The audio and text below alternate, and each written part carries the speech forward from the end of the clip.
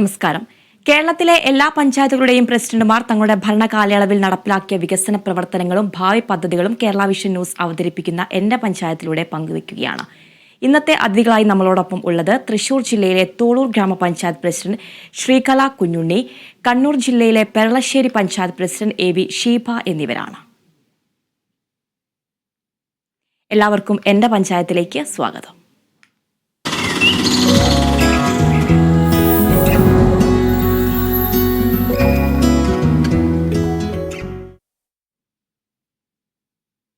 ചുറ്റും കോൾ പാടശേഖരങ്ങളാൽ ചുറ്റപ്പെട്ട കൂടുതൽ കർഷകരുള്ള തൃശൂർ ജില്ലയിലെ തോളൂർ ഗ്രാമപഞ്ചായത്തിന്റെ വികസന പ്രവർത്തനങ്ങളിലേക്കാണ് എന്റെ പഞ്ചായത്ത് ആദ്യം പോകുന്നത്.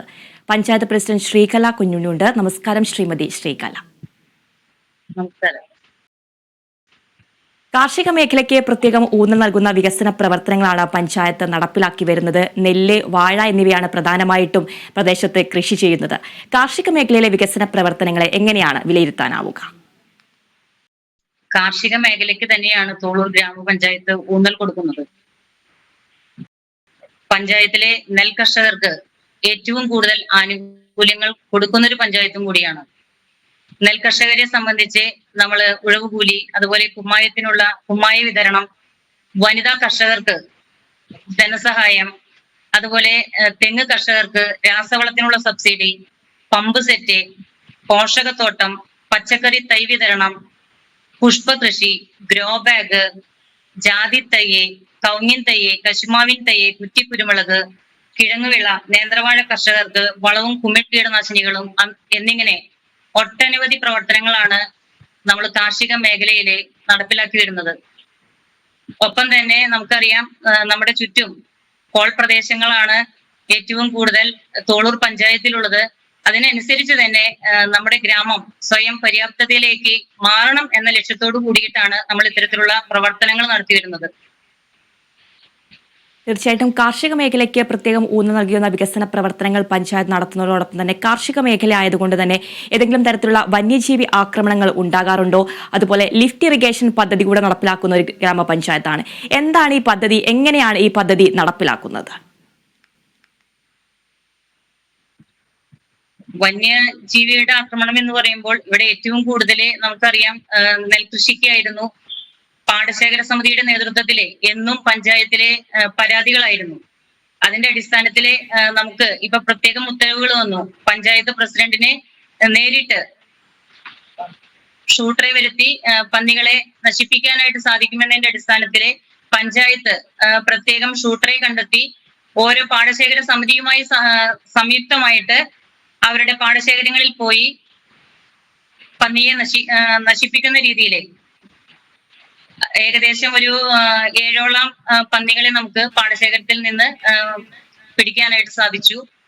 അതുപോലെ തന്നെ നമുക്കറിയാം, കാർഷിക ഗ്രാമം എന്ന് പറയുമ്പോൾ കുടിവെള്ളത്തിനായാലും മറ്റുള്ള സംവിധാനങ്ങൾ ഏറ്റവും മെച്ചപ്പെട്ട രീതിയിൽ ആക്കുന്നതിന്റെ ഭാഗമായിട്ട് നമ്മുടെ പഞ്ചായത്തിലെ 6ഓളം ലിഫ്റ്റ് ഇറിഗേഷൻ ആണ് പ്രവർത്തിക്കുന്നത്. നമ്മുടെ പഞ്ചായത്തിൽ എനിക്ക് തോന്നുന്നു 6 ലിഫ്റ്റ് ഇറിഗേഷൻ ഉള്ളത് കൊണ്ട് എല്ലാ കരഭൂമിയിലേക്കും വെള്ളം നമുക്ക് എത്തിക്കാനായിട്ട് സാധിക്കും. അതിനോടൊപ്പം തന്നെ കിണറുകളിലെ റീചാർജിങ് പ്രവർത്തനം വളരെ ഭംഗിയായിട്ട് നടക്കുകയാണ്. തന്നെ കഴിഞ്ഞ 5 വർഷങ്ങളായിട്ട് നമുക്ക് ടാങ്കർ ലോറിയിലെ വെള്ളം പോലും കൊടുക്കേണ്ട ഒരു സ്ഥിതിവിശേഷത്തിലേക്ക് എത്തിക്കേണ്ട ഒരു സ്ഥിതി വന്നിട്ടില്ല. അപ്പൊ തീർച്ചയായിട്ടും ഈ ലിഫ്റ്റ് ഇറിഗേഷൻ പദ്ധതികൾ ഏറ്റവും നല്ല രീതിയിൽ ഉപയോഗപ്പെടുത്താനായിട്ട് തോളൂർ ഗ്രാമപഞ്ചായത്തിന് കഴിഞ്ഞു എന്നുള്ളത് തന്നെയാണ് ഇതിന്റെ പ്രത്യേകത. അതനുസരിച്ച് തന്നെ നമുക്ക് ടാങ്കർ ലോറിയിലെ വെള്ളം കൊടുക്കേണ്ട വിഷയവും നമുക്ക് പരിഗണിക്കേണ്ടതായിട്ട് വന്നിട്ടില്ല. തീർച്ചയായിട്ടും 13 വാർഡുകളാണ് പഞ്ചായത്തിലുള്ളത്. ഏറ്റവും ചെറിയ ഒരു പഞ്ചായത്താണ്. ആരോഗ്യരംഗത്തും നിരവധി വികസന പ്രവർത്തനങ്ങളാണ് പഞ്ചായത്ത് നടത്തി വരുന്നത്. സൗജന്യമായി ഡയാലിസിസ് അടക്കം നടത്തുന്ന ഒരു പഞ്ചായത്ത് കൂടിയാണ്. തീർച്ചയായിട്ടും ആരോഗ്യ മേഖലയെ സംബന്ധിച്ച് കേരളത്തിൽ തന്നെ ആദ്യമായിട്ടാണ് ഒരു CHCയിൽ ഡയാലിസിസ് യൂണിറ്റ് തുടങ്ങുന്നത്. പ്രത്യേകിച്ച് തോളൂർ പഞ്ചായത്തിലെ ഉള്ള CHC കേന്ദ്രം എന്ന് പറയുന്നത് നമുക്കറിയാം, ഒരു ഡയാലിസിസിന് വേണ്ടിയിട്ട് എത്ര ഹോസ്പിറ്റലിൽ കയറി ഇറങ്ങിയാലും ഡയാലിസിസിനുള്ള സംവിധാനം ഒരുക്കാൻ ഹോസ്പിറ്റലിന് സാധിക്കാറില്ല. കാരണം അത്രത്തോളം രോഗികളാണ് ഒരു ഡയാലിസിസിന് വേണ്ടി കാത്തുകെട്ടി കിടക്കുന്നത്. അതിന്റെ അടിസ്ഥാനത്തിൽ തന്നെ നമ്മുടെ CHCയിലെ അവിടെ ഒരു കമ്മിറ്റിയും കാര്യങ്ങളും അന്നത്തെ ബ്ലോക്ക് പഞ്ചായത്തിന്റെ കീഴിലും പഞ്ചായത്തിന്റെ നേതൃത്വത്തിലുമായിട്ട് കമ്മിറ്റി കൂടി ആലോചിച്ച് നമ്മൾ അന്നത്തെ ആരോഗ്യമന്ത്രിയായിരുന്ന ശൈലജ മേഡത്തിന്റെ സഹകരണത്തോട് കൂടിയിട്ടാണ് നമ്മുടെ CHC-യിലെ ഈ പദ്ധതി നമുക്ക് നടപ്പിലാക്കാനായിട്ട് സാധിച്ചത്. തീർച്ചയായിട്ടും പാവപ്പെട്ട ആളുകൾക്ക് ഒരു രൂപ ചെലവില്ലാതെ 36 പേരാണ് ഇന്ന് ഡയാലിസിസ് ചെയ്തു വരുന്നത് ആരോഗ്യ കേന്ദ്രത്തിലെ. അതിനോടൊപ്പം തന്നെ ഡയാലിസിസ് ചെയ്യുന്ന രോഗികൾക്ക് പഞ്ചായത്ത് 4000 രൂപ മാസത്തിലെ ധനസഹായം കൊടുക്കുന്നുണ്ട് പുറത്തു പോയി ചെയ്യുന്ന രോഗികൾക്ക്. അതിനോടൊപ്പം തന്നെ നമ്മുടെ പാലിയേറ്റീവിന്റെ പരിചരണം ആരോഗ്യ രംഗത്ത് വലിയൊരു മാറ്റമാണ് വരുത്തിയത്. APL BPL വ്യത്യാസമില്ലാതെ സുഖമില്ലാതെ കിടക്കുന്ന ആളുകൾക്കൊക്കെ തന്നെ പാലിയേറ്റീവിന്റെ പരിചരണം കൊടുക്കുന്നൊരു സംവിധാനവും വളരെ നല്ല രീതിയിൽ നമുക്ക് പ്രവർത്തിക്കുന്നുണ്ട്. അതോടൊപ്പം തന്നെ സാധാരണക്കാരായ ജനങ്ങൾക്ക് മാരകമായ അസുഖങ്ങൾക്കുള്ള മരുന്ന് പദ്ധതി നമ്മൾ നടപ്പിലാക്കി വരികയാണ്. അതും നമുക്ക് ആരോഗ്യ മേഖലയിൽ എടുത്തു പറയാവുന്ന ഒരു നേട്ടം തന്നെയാണ്. തീർച്ചയായിട്ടും തോളൂർ ഗ്രാമപഞ്ചായത്ത് കായലുകളാൽ ചുറ്റപ്പെട്ട ഒരു പ്രദേശം കൂടിയാണ്. ടൂറിസത്തിന് അനന്ത സാധ്യതയുള്ള ഒരു പഞ്ചായത്ത് കൂടിയാണ്. എങ്ങനെയാണ് ടൂറിസം സാധ്യതകളൊക്കെ പഞ്ചായത്ത് പ്രയോജനപ്പെടുത്തുന്നത്? ടൂറിസം നമ്മൾ ഇതുവരെ പ്രയോജനപ്പെടുത്തിയിട്ടില്ല.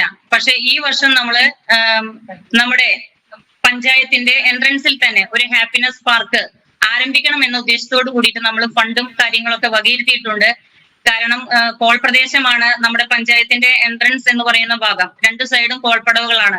അപ്പൊ ആ മേഖലയിലെ നമുക്ക് ടൂറിസത്തിന് ചാൻസ് നല്ല രീതിയിലുണ്ട്. അത് ഉപയോഗപ്പെടുത്തണമെങ്കിൽ നമുക്ക് മഴക്കാലത്ത് മാത്രമാണ് അത്തരത്തിലുള്ള പ്രവർത്തനം അവിടെ നടത്താനായിട്ട് സാധിക്കുകയുള്ളൂ.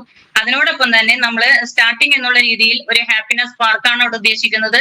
അത് നമ്മൾ ഈ വർഷത്തെ പദ്ധതിയിൽ ഉൾപ്പെടുത്തിയിട്ടുണ്ട്. തീർച്ചയായിട്ടും ജനങ്ങളുടെ ഏറ്റവും അടിസ്ഥാന സൗകര്യങ്ങളാണ് വീട്, കുടിവെള്ളം എന്നിവ പറയുന്നത്. 100ഓളം വീടുകളാണ് പഞ്ചായത്ത് പാർപ്പിട പദ്ധതിയിൽ ഉൾപ്പെടുത്തി നിർമ്മിച്ച് നൽകിയിട്ടുള്ളത്. എങ്ങനെയാണ് ഭവന പദ്ധതി ഗ്രാമപഞ്ചായത്തിൽ നടപ്പിലാക്കുന്നത്? നമ്മൾ കയറിയതിനു ശേഷം 2020-21 മുതൽ ഭവനരഹിതരായ 90 കുടുംബങ്ങൾക്ക് ഭവനം നൽകിയിട്ടുണ്ട്. ഈ വർഷത്തോട് കൂടിയിട്ട് ലൈഫ് ഭവനരഹിത ലിസ്റ്റിൽ ഉൾപ്പെട്ട മുഴുവൻ പേർക്കും ഭവനം നൽകുന്നതിനുള്ള തുക വകയിരുത്തിയിട്ടുമുണ്ട്. അതിനോടൊപ്പം തന്നെ അതിദരിദ്ര ലിസ്റ്റിൽപ്പെട്ട 3 പേർക്ക് നമുക്ക് വീട് നൽകാനായിട്ട് സാധിച്ചു. അതുപോലെ PMAY-യിലെ 8 പേർക്കും ഭവനം നൽകിയിട്ടുണ്ട്. കൂടാതെ ഞങ്ങളുടെ നമ്മുടെ നാട്ടുകാരനും അതുപോലെ തന്നെ വ്യവസായ പ്രമുഖനുമായ ശ്രീ കൊച്ചൗസേബ് ചിറ്റിലപ്പള്ളിയുടെ ചിറ്റിലപ്പള്ളി ഫൗണ്ടേഷൻ മുഖാന്തരം നമുക്ക് ഏകദേശം 20ഓളം വീടുകളും കൊടുക്കാനായിട്ട് സാധിച്ചിട്ടുണ്ട്. അതിലെ അദ്ദേഹത്തിനോട് പ്രത്യേകം നന്ദി പറയുകയാണ് ഈ അവസരത്തില്. തീർച്ചയായിട്ടും മൊത്തം നമുക്ക് വീടുകളുടെ എണ്ണം നോക്കുമ്പോൾ 125ഓളം വീടുകള് നമുക്ക് ഇതിൽ കൊടുക്കാനായിട്ട് സാധിച്ചിട്ടുണ്ട്. തീർച്ചയായിട്ടും വളരെ പ്രധാനപ്പെട്ടതാണ് മാലിന്യ സംസ്കരണം എന്ന് പറയുന്നത്. മാലിന്യ നിർമ്മാർജ്ജനം എത്രത്തോളമാണ് ഗ്രാമപഞ്ചായത്തിൽ നടപ്പിലാക്കുന്നത്? ഹരിതകർമ്മ സേനാംഗങ്ങൾ MCF സംവിധാനങ്ങളൊക്കെ ഉപയോഗിച്ചിട്ട് മാലിന്യ സംസ്കരണത്തിലെ തൃശൂർ ജില്ലയിൽ തന്നെ ആദ്യത്തെ മാലിന്യ നിർമ്മാർജ്ജന പഞ്ചായത്തായിട്ട് പ്രഖ്യാപിച്ച ഒരു പഞ്ചായത്തും കൂടിയാണ് തോളൂർ പഞ്ചായത്ത്. ഹരിതകർമ്മസേനയുടെ പ്രവർത്തനം നമുക്കറിയാം. ഓരോ വാർഡിലും ഈ 2 പേര് നമുക്ക് ഹരിതകർമ്മസേന അംഗങ്ങളായിട്ടുണ്ട്. അവരുടെ പ്രവർത്തനം വിലയേറിയ പ്രവർത്തനം തന്നെയാണ് അവർ കാഴ്ചവെക്കുന്നത്. ഓരോ വീടുകളും കയറി ഇറങ്ങി അവിടെ നിന്നുള്ള പ്ലാസ്റ്റിക്കുകൾ, ജൈവ മാലിന്യങ്ങളും അജൈവ മാലിന്യങ്ങളും വേർതിരിച്ചെടുത്ത് നമുക്കവിടെ MCF സെന്റർ ഉണ്ട്. ആ സെന്ററിലാണ് നമ്മളിത് കളക്ഷൻ കൊണ്ട് ഇടുന്നത്. അതിനോടൊപ്പം തന്നെ നമുക്ക് മാലിന്യ സംസ്കരണത്തിനായിട്ട് ഇതുവരെ തോളൂർ പഞ്ചായത്തില് 420ഓളം ബയോബിന്നെ നമ്മൾ ഓരോ വീടുകളിലും കൊടുത്തിട്ടുണ്ട്. ഈ വർഷത്തേക്ക് നമ്മൾ 250 പേർക്കും കൂടി ബയോബിൻ കൊടുക്കുന്നുണ്ട്. അതുപോലെ തന്നെ ബയോഗ്യാസ് 38 പേർക്ക് നമ്മൾ ബയോഗ്യാസ് സംവിധാനം കൊടുത്തിട്ടുണ്ട്. അതുപോലെ നമ്മുടെ മാലിന്യവുമായി ബന്ധപ്പെട്ട് നമ്മുടെ ഓരോ മെയിൻ കവലകളിലും ബോട്ടിൽ ബൂത്തുകൾ സ്ഥാപിച്ചിട്ടുണ്ട്. അതിനോടൊപ്പം തന്നെ 7-8 സ്ഥലങ്ങളിൽ നമ്മൾ ക്യാമറകളും സ്ഥാപിച്ചിട്ടുണ്ട്. മാലിന്യവുമായി ബന്ധപ്പെട്ട് നമ്മൾ വീടുകളിലേക്കായാലും ശുചിത്വ ടോയ്ലറ്റ്, അതുപോലെ തന്നെ സെപ്റ്റിക് ടാങ്ക് എന്ന പ്രത്യേക പദ്ധതികളും നമ്മൾ നടപ്പിലാക്കുന്നുണ്ട്. തീർച്ചയായിട്ടും വികസന പ്രവർത്തനങ്ങൾ ഒറ്റക്കെട്ടായാണ് ഗ്രാമപഞ്ചായത്ത് നടപ്പിലാക്കി വരുന്നത്. ഗ്രാമീണ റോഡുകൾ, വഴിവിളക്ക് സംവിധാനങ്ങൾ എത്രത്തോളമാണ് നവീകരിക്കാൻ സാധിച്ചിട്ടുള്ളത്? ഗ്രാമീണ റോഡുകളുടെ നവീകരണം എന്ന് പറയുമ്പോൾ നമുക്ക് കിട്ടുന്ന ഫണ്ട് മുഴുവനായിട്ടും നമ്മളുടെ റോഡുകളുടെ ബന്ധപ്പെട്ട മെയിൻ്റനൻസ് ആയിട്ട് നമ്മൾ ഉപയോഗിക്കുകയാണ്. നമ്മുടെ പഞ്ചായത്ത് മറ്റുള്ള പഞ്ചായത്തുകളെ അപേക്ഷിച്ച് ഒരു റോഡ് പോലും മോശമായ രീതിയിൽ കിടക്കുന്നില്ല. എല്ലാ റോഡുകളും നമ്മൾ മെയിൻ്റനൻസ് ചെയ്ത് റീടാറിങ് ചെയ്ത് പുത്തൻ റോഡുകളായിട്ടാണ് ഇപ്പോഴും കിടക്കുന്നത്. അതുപോലെ തന്നെ നമ്മൾ പുതിയ റോഡുകളായാലും പുതിയ റോഡിന് നമുക്കറിയാം നമ്മുടെ പഞ്ചായത്തിനെ സംബന്ധിച്ച് തനത് വരുമാനം കുറവുള്ള ഒരു പഞ്ചായത്താണ്. പ്രത്യേകിച്ച് പഞ്ചായത്തിന് ലഭിക്കുന്ന പ്ലാൻ ഫണ്ട് ഉപയോഗിച്ചിട്ട് വേണം പുതിയൊരു റോഡ് നിർമ്മിക്കുക എന്നുള്ളത്. അപ്പൊ പുതിയ റോഡിന്റെ നിർമ്മാണം എന്ന് പറയുമ്പോൾ വളരെ കുറച്ച് മാത്രമാണ് നമ്മുടെ ഫണ്ടിൽ നിന്ന് നമുക്ക് ചെയ്യാനായിട്ട് സാധിച്ചിട്ടുള്ളൂ. പിന്നെ തൊഴിലുറപ്പ് പദ്ധതി, അങ്ങനെ ആ രീതിയിലാണ് നമ്മൾ മറ്റുള്ള റോഡുകളുടെ നിർമ്മാണ പ്രവർത്തനങ്ങളൊക്കെ നടത്തിക്കൊണ്ടിരിക്കുന്നത്.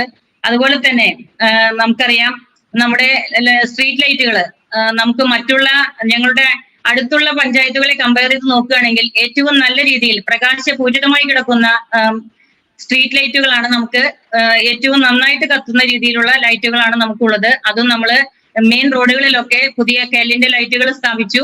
അതോടൊപ്പം തന്നെ നമുക്ക് ഉൾവഴികളിലൊക്കെ LED ലൈറ്റുകൾ എല്ലാ സ്ട്രീറ്റ് പോസ്റ്റുകളിലും നമ്മൾ ഇട്ടിട്ടുണ്ട്. അതോടൊപ്പം തന്നെ നമുക്ക് സ്ട്രീറ്റ് മെയിൻ നീട്ടൽ എന്ന പദ്ധതി എല്ലാ വർഷവും നമ്മുടെ പഞ്ചായത്തിലെ വളരെ നല്ല രീതിയിൽ നടപ്പിലാക്കുന്നുണ്ട്. ഈ വർഷം നമ്മൾ അതിനു വേണ്ടി 6 ലക്ഷം രൂപയാണ് വെറും സ്ട്രീറ്റ് ലൈൻ വലിക്കുക എന്നൊരു പദ്ധതിക്ക് മാത്രമായിട്ട് വെച്ചിരിക്കുന്നത്. വളരെ നല്ല രീതിയിൽ എല്ലാ മേഖലയിലും ലൈറ്റ് ഇല്ലാത്ത ഒരു സ്ഥലം പോലും ഇനി നമ്മുടെ പഞ്ചായത്തിൽ ഉണ്ടാവില്ല. അത്രത്തോളം വികസന പ്രവർത്തനങ്ങൾ ഈ ലൈറ്റുമായി ബന്ധപ്പെട്ട് നമ്മൾ നടപ്പിലാക്കി കഴിഞ്ഞിട്ടുണ്ട്. റോഡുകളുടെ വികസനമായാലും വളരെ നല്ല രീതിയിൽ തന്നെ ഉപയോഗപ്പെടുത്താനായിട്ട് നമുക്ക് സാധിച്ചിട്ടുണ്ട്. തീർച്ചയായിട്ടും കാർഷിക മേഖലയിലും ആരോഗ്യരംഗത്തും വിദ്യാഭ്യാസ മേഖലയിലടക്കം നിരവധി വികസന പ്രവർത്തനങ്ങളാണ് തോളൂർ ഗ്രാമപഞ്ചായത്ത് നടപ്പിലാക്കി വരുന്നത്. ഇനിയുള്ള ഭാവി വികസന പദ്ധതികൾ എന്തൊക്കെയാണ്? ഈ ക്രിമിറ്റോറിയം ഒക്കെ അവസാന ഘട്ടത്തിലാണ് നിർമ്മാണ ജോലികളൊക്കെ, അത് സംബന്ധിച്ചുള്ള കൂടുതൽ വിവരങ്ങൾ എങ്ങനെയാണ്? ക്രിമിറ്റോറിയത്തിന്റെ പണി നമുക്കറിയാം. നമ്മൾ ഓരോ പഞ്ചായത്തിനും ഒരു ശ്മശാനം എന്നുള്ളത് വളരെ കാലത്തൊരു സ്വപ്നം കൂടിയാണ്. നമ്മുടെ പഞ്ചായത്തിലെ ആദ്യ കാലഘട്ടത്തില് ഒരു ക്രിമിറ്റോറിയം ഉണ്ടായിരുന്നു. അത് നല്ല രീതിയിൽ പ്രവർത്തിക്കാത്തതിന്റെ അടിസ്ഥാനത്തിലാണ് ഇപ്പൊ നമ്മൾ പുതിയ മോഡൽ ഗ്യാസ് ക്രിമിറ്റോറിയത്തിനായിട്ട് ശ്രമം തുടങ്ങിയത്. ഏകദേശം 2 വർഷത്തോളമായി നമ്മുടെ ക്രിമിറ്റോറിയത്തിന്റെ നടപടിക്രമങ്ങളും കാര്യങ്ങളുമായിട്ട് അതിന്റെ പണി ആരംഭിച്ച് ഇപ്പോൾ അവസാന ഘട്ടത്തിലാണ്. ഏകദേശം 80 ലക്ഷം രൂപയോളം ചെലവ് വന്നിട്ടുള്ളതാണ് ഈ പദ്ധതിക്ക്. ഇപ്പൊ നിർമ്മാണം എല്ലാ വർക്കുകളും കഴിഞ്ഞ് അതിന്റെ മുറ്റത്തെ വർക്കും കൂടി മാത്രമാണ് ഇനി ബാക്കിയുള്ളത്. ആ പണി പൂർത്തീകരിച്ചു കഴിഞ്ഞാൽ നമുക്ക് എത്രയും പെട്ടെന്ന് ജനങ്ങൾക്ക് തുറന്നു കൊടുക്കാനായിട്ട് സാധിക്കും ക്രിമിറ്റോറിയത്തിന്റെ വർക്ക്. തീർച്ചയായിട്ടും പൊതുജലാശയ സംരക്ഷണമൊക്കെ എത്രത്തോളമാണ് ഗ്രാമപഞ്ചായത്തിൽ നടപ്പിലാക്കി വരുന്നത്? പൊതുജലാശയങ്ങള് തോളൂർ ഗ്രാമപഞ്ചായത്തിനെ സംബന്ധിച്ചിടത്തോളം നഗരസഞ്ചയിക പദ്ധതിയിൽ ഉൾപ്പെടുത്തിയിട്ട് നമുക്ക് 50 ലക്ഷം രൂപ ചെലവില് നമ്മുടെ രാമൻകുളം നമ്മൾ നവീകരിച്ചു.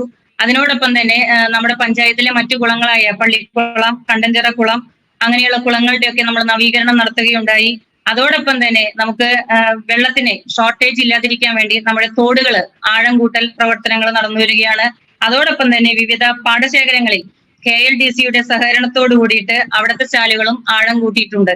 അപ്പൊ അതനുസരിച്ച് നമ്മുടെ മേഖലയിലേക്ക് ആവശ്യമുള്ള വെള്ളം സ്റ്റോർ ചെയ്യാനുള്ള സംവിധാനം കൂടിയിട്ടാണ് ഇത്തരത്തിലുള്ള പ്രവർത്തനത്തിലൂടെ പഞ്ചായത്ത് ഉദ്ദേശിക്കുന്നത്.